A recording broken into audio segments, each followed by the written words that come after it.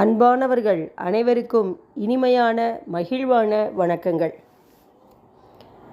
வலி என்பதன் அர்த்தம் என்ன என்பதை பார்ப்போமா?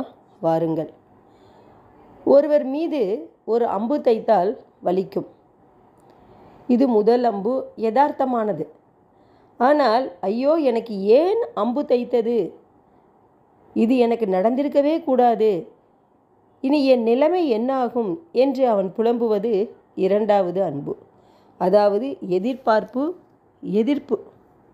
அதைத்தான் முதல் அம்பு தரும் வலியை விட இந்த இரண்டாவது அம்பு தரும் துன்பம்தான் பல மடங்கு அதிகம். நாம் எப்போதும் யதார்த்தத்துடன் பேரம் பேசுகிறோம். நமக்கு ஒரு கஷ்டம் வரும்போது மனம் தானாகவே இப்படி நடந்திருக்கலாம், அன்று நான் அப்படி செய்திருந்தால் இது நடந்திருக்காது என கற்பனை உலகிற்குத்தான் செல்லும். இதுதான் நீங்கள் குறிப்பிட்ட யதார்த்தத்துடன் பேரம் பேசுவது. ஆனால் உண்மை என்னவென்றால், நடந்ததை மாற்ற முடியாது. அந்த உண்மையை ஏற்க மறுக்கும் ஒவ்வொரு நொடியும் நாம் வலியை நீட்டித்து கொண்டே போகிறோம். நமது மூளை எப்போதும் ஒரு சரியான வாழ்க்கையை கற்பனை செய்து வைத்திருக்கிறது. ஒரு பிரச்சனை வரும்போது, இப்போது என் மனம் இந்த சூழலை எதிர்க்கிறதா என்று உங்களையே கேளுங்கள். அந்த சூழலை மாற்ற முடியாவிட்டாலும் சரி, இப்போது இதுதான் நிலைமை என்று அந்த கணத்தை அப்படியே இருக்க அனுமதியுங்கள். Let it be. நீங்கள் அதை எதிர்த்தீர்கள் என்றால் துன்பம்தான் கூடும். வலி என்பது இது ஒரு உயிரியல் அல்லது வாழ்வியலின் இயல்பான அம்சம்தான். உடலில் காயம் பட்டால் வலிக்கும். ஒரு மரணம் நிகழ்ந்தால் மனம் கனக்கும். இதுதான் யதார்த்தமானது. அந்த வலியின் மேல் நாம் போர்த்தும் ஒரு போர்வை இருக்கிறது பாருங்களேன். இது ஏன் எனக்கு நடந்தது, இனிமேல் என் வாழ்க்கை அவ்வளவுதான் என நாம் அதற்கு கொடுக்கும் அர்த்தங்கள் தான் துன்பம். வலி எப்போதும் நிகழ்காலத்தில் மட்டும்தாங்க இருக்கும். ஒரு ஊசி குத்தும்போது அந்த நொடியில் மட்டும்தான் வலி. ஆனால் துன்பமோ பெரும்பாலும் கடந்த காலத்திலேயே தான் இருக்கும். ஏன் அப்படி நடந்தது, அல்லது எதிர்காலத்தில் இனி என்ன ஆகுமோ என் வாழ்க்கை என்று ஆரம்பிக்கும். நிகழ்காலத்தின் யதார்த்தத்தை விட நம் நினைவுகள் கற்பனைகளும் துன்பத்தை தான் வளர்க்கின்றன. நாம் ஒரு வலியை அனுபவிக்கும் போது அதை ஒரு தனிப்பட்ட தாக்குதலாக பார்க்கிறோம். உலகில் இத்தனை பேர் இருக்க எனக்கு மட்டும் ஏன் இது நடக்கிறது என்ற கேள்வி வரும்போது அங்கே ஒரு சுயம் பாதிக்கப்படுகிறது. அதாவது செல்ஃப் ஈகோ நம்மளை பாதிக்குது.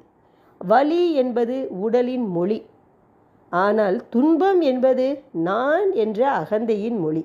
எனக்கு ஏன் அப்படின்னு வருது பார்த்தீங்களா, அதுதான் அகந்தையின் மொழி.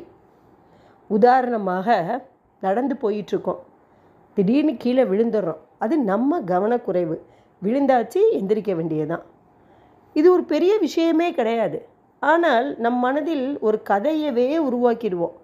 நான் ஒரு லாயக்கற்றவன், ஒழுங்காக நதிக்கு நடந்து கூட என்னால் போக முடியல, இது ஒரு தேவையற்ற வழிதானே. என்ன ஒரு பெரிய விஷயம், இது எல்லாருமே செய்யக்கூடியது தாங்க. இந்த இரண்டையும் பிரித்து பார்க்க தொடங்கிவிட்டால், வலியையும் துன்பத்தையும் பிரித்து பார்க்க தொடங்கிவிட்டால் நாம் சுமக்கும் அந்த கூடுதல் சுமை தானாகவே இறங்கிவிடும். அதுக்கு என்ன செய்கிறது? பொதுவாக ஏற்றுக்கொள்வது. அப்படின்னா என்ன? ஏதோ ஒரு விதமான கையறு நிலை அல்லது தோல்வி என்று நாம் தவறாக அதை புரிந்து கொள்கிறோம். ஆனால் பௌத்த தத்துவத்தில் இது ஒரு செயல்மிகு விழிப்புணர்வு என்று கூறுகிறார்கள். That is active awareness. ஒரு கண்ணாடி தன் முன்னால் ஒரு அழுக்கான பொருளையோ அல்லது அழகான மலரோ வரும்போது அதை அப்படியே காட்டுகிறது.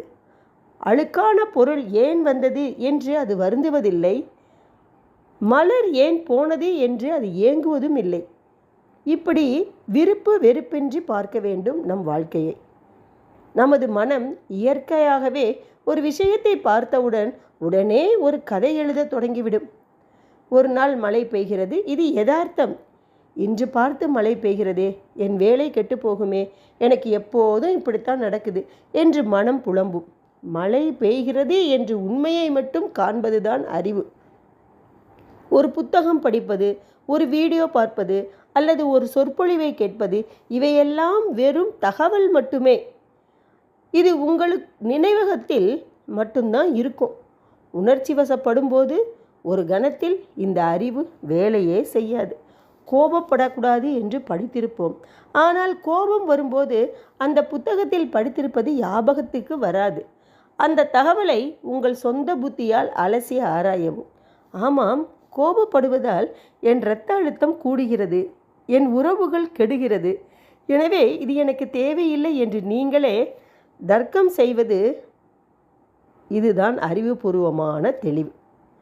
ஒரு தத்துவத்தை அறிவுபூர்வமாக சிந்திக்காமல் உங்கள் உடலில் ஏற்படும் வேதனைகளையும் மூச்சின் ஓட்டத்தையும் கவனிக்கும்போது எதுவும் நிலையற்றது என்பதை உங்கள் உடல் அணுக்குகளே உணர்கின்றன. ஒரு மருத்துவர் கொடுத்த மருந்து சீட்டை படித்து கொண்டே இருந்தால் நோய் குணமாகாது. அந்த சீட்டை படித்து அதன் அவசியத்தை புரிந்து கொண்டு அந்த மருந்தை வாங்கி சாப்பிடுவதன் மூலமாகத்தான் நோய் குணமாகும். வானம் எதையும் தடுப்பதில்லை.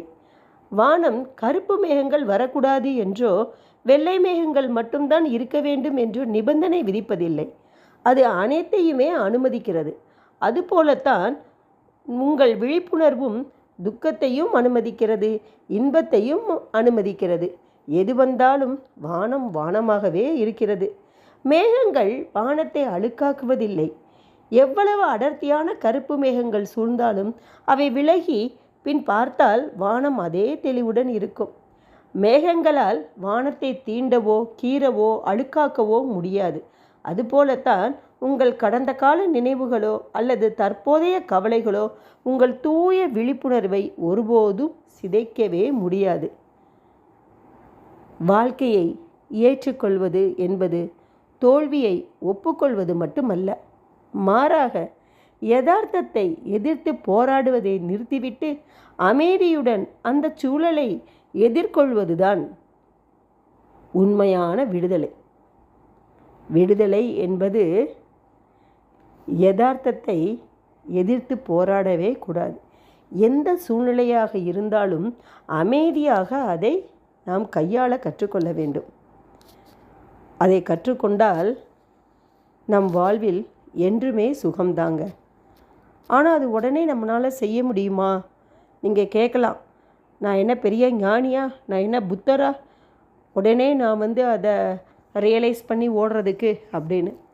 அதுக்கு தாங்க இந்த மாதிரி நிறைய கதைகளை நாம் காதால் கேட்பது, அதன் அர்த்தத்தை புரிந்து கொள்வது, பயிற்சி செய்வதற்கு முயற்சி செய்வது, இதெல்லாம் தான் நம்மளை கொஞ்சம் கொஞ்சமாக மாற்றிக்கிட்டே வரும். வலி என்பது உடலின் மொழி, துன்பம் என்பது நான் என்ற அகந்தையின் வெளிப்பாடு.